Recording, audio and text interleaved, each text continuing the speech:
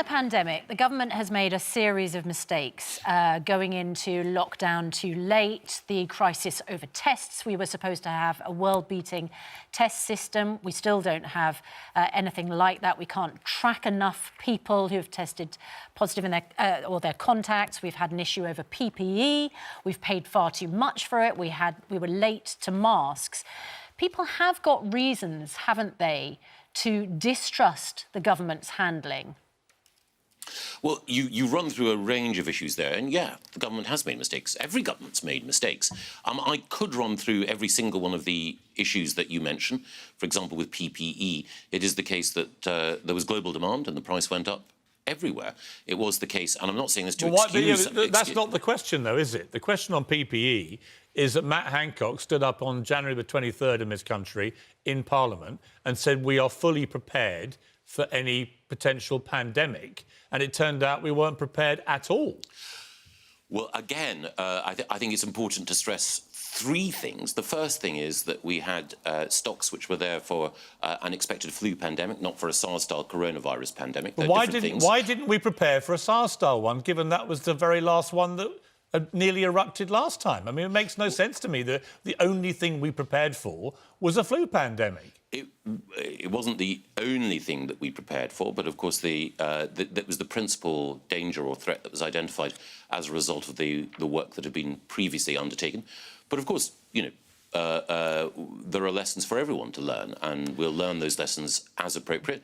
But in terms of PPE, I'm sorry to interrupt, Mr. Gove, but in terms of PPE, let's be clear about one thing. Hang on. Piers, can I just make this point for once? Is it true that it cost us another £10.5 billion to buy the PPE this year when the pandemic was raging than what it would have cost us to buy the same PPE a year before if we'd been prepared? Is that true? No one anticipated that we would have a coronavirus or SARS-style pandemic like this. Every country that was buying additional PPE was doing so in a market where prices had increased. And indeed, you know, this was the point I was making before you interrupted. I'm the first to admit, and I've regularly admitted on this programme and others, that the UK government has made mistakes and we will need to learn lessons. But I think it's also the case, to be fair, you know, if we look at Germany, a country which has done pretty well, actually, in difficult circumstances, it was the case that German doctors were protesting outside the German parliament at the lack of PPE there. It was how many deaths has Germany? Germany has, and I'm not saying that Germany in order has to excuse the UK government. Hang on. I'm just saying that in we order are allowed to jump in at some stage, context, because I think it's always wise. But if you want to talk, when we're discussing these situations, to put things in context. If you want to talk about context, and you've raised Germany, how many deaths has Germany suffered in this pandemic? Germany, as I mentioned, has been one of the countries which has had fewer fatalities per capita. 18,000. We have an official death toll count of 60,000 plus, and an unofficial one heading towards 80,000. We've had more than 3 times as many deaths as Germany, and yet their population is significantly higher than ours. So if you want to talk about Germany, I would say to you, how on earth is it that Germany has had less than a third of the number of deaths that we've suffered? I think that when we're looking at differential death rates across different countries, then we need to look at a range of factors. I think we also need to... Tell me one thing about Germany that apart from the fact that we're an island and therefore could have locked ourselves down in a way Germany couldn't, tell me one thing about Germany that means that it's perfectly understandable they would have less than a third of our deaths. They have less population density than we do. OK, and what about somewhere like South Korea or Taiwan, which has higher density than ours? How do you explain their, minimal deaths? They've hardly had any. Yes, you're right, absolutely right. And one of the reasons why that was so is that Asian nations, partly because of their experience of previous SARS-style coronavirus pandemics, did have different approaches in place. Why weren't we prepared? People keep coming on now, the ministers. And with respect to you, you all keep coming on saying the same thing. No one could have possibly anticipated this or prepared for it. Matt Hancock said we were prepared for anything like this, and the Asian countries we've just referred to were prepared for a SARS-style pandemic because the very last thing that had erupted was a SARS-style virus. Well, so again, I'm just curious why none of the planning We had an exercise sickness in 2016 in which all the major health and governmental bodies met for a 3-day exercise in which they were supposedly preparing for a pandemic. It didn't cross anybody's mind that we should be preparing for this kind, a SARS style? Well, that exercise was specifically, of course, to look at what a flu pandemic might involve. But as you quite rightly point out, these are complex issues. When we're looking at the particular situation that existed in the East Asian nations that you mentioned as well, it is the case that they imposed restrictions on people's movement, restrictions on liberties. Why didn't we? Which would be... Sorry? Why didn't we? We did on March the 23rd. Why did we let 20 million people fly in throughout that first wave without any checks going on at the airport? Why did we lock down 2 weeks later than most other people when we saw what was happening in Italy right on our doorstep? I mean, there are so many whys here, and we kept being told, well, wait, you can judge at the end of the year. We're at the end of the year. And I simply come back, you mentioned Germany. I cannot for the life of me understand what has gone so catastrophically wrong that we've ended up with more than 3 times as many deaths as Germany, when in fact they have, I think, 15 million more people in their country than we do? I just don't get it.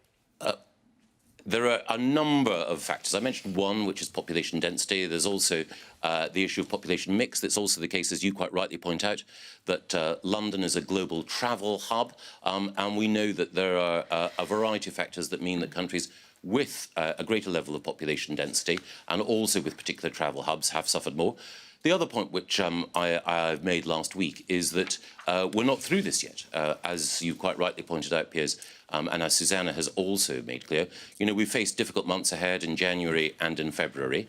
I think it would be wrong for anyone to draw conclusions which are premature. We all know that certain mistakes have been made, but one of the points I think that you've reflected on, Piers, is that people a few months ago were looking at Sweden, hailing its success. It's a wonderful country, but it is also the case that the virus grew in its Sweden pursued a policy of and the number of deaths rose as well. Look, Sweden pursued a policy of herd immunity, which most scientists thought was nuts. It now turns out it was nuts. It's also true, because we know this from Patrick Vallance, that we were pursuing a policy of herd immunity right to the point the modellers came back and said it would cost 500,000 lives, at which point there was a screeching U-turn. That was another one of the terrible mistakes that we made in the early stages of this pandemic. I'd actually respect everyone more in this government if they came on here and went, you know what, looking back at this year, we made a series of terrible mistakes, and that is why our death toll is the worst in Europe. I think there's a power to honesty in the same way that there is a lack of power to being disingenuous.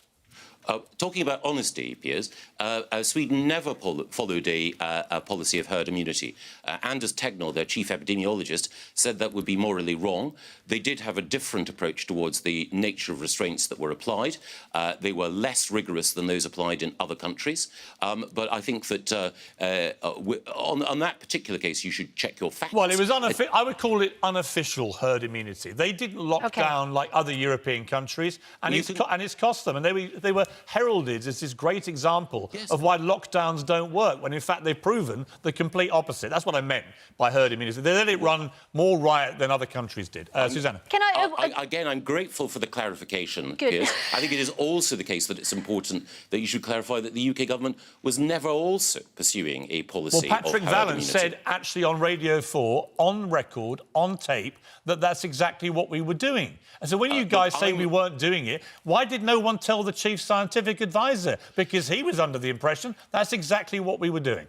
Advisors advise, ministers decide. That was you never were following the the science at the time. Do you remember? You told us every single day we are following the science, not guided by, not listening and making our own decisions. We're doing what the scientists tell us. Your chief scientific advisor, on I think it was March the 16th, on Radio 4, around that week, he said quite unequivocally that we were following herd immunity. And the attempt by the British government to deny what your own chief scientific advisor said on the record then, I'm afraid, will not survive a public inquiry, because he said it on the record, on radio.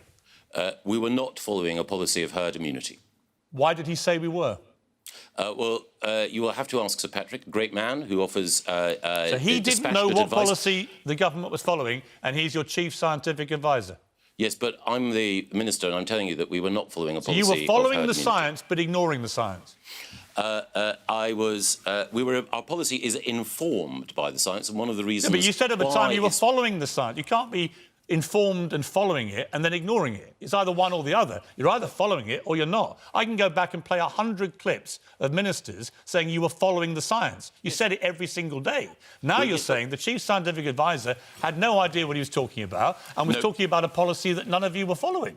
No, I'm not saying that he had no idea what he was talking about. He knows a great deal more about these issues than a number of commentators. But the whole point is that when you receive scientific advice, you weigh it against a number of different considerations. So he Because advised you to pursue herd immunity and you said no. Is that the new position? No. It is the case that scientific advisors and other advisors lay out a range of facts and a range of options, and they allow ministers to look at that. Obviously, there is a boundary. There are some things that any government could do which would be in defiance of the science, but the whole point about scientific advice is that it lays out that there's well, that's what we necessarily kept saying. But you uncertainty in the lot way in kept which telling decisions us. are You taken. lot kept telling us you were following the science. Now you're guided by it, but then end up doing different things. I'm just saying the record will speak for itself. You can go back and listen to all the interviews. I know what Patrick Balance said.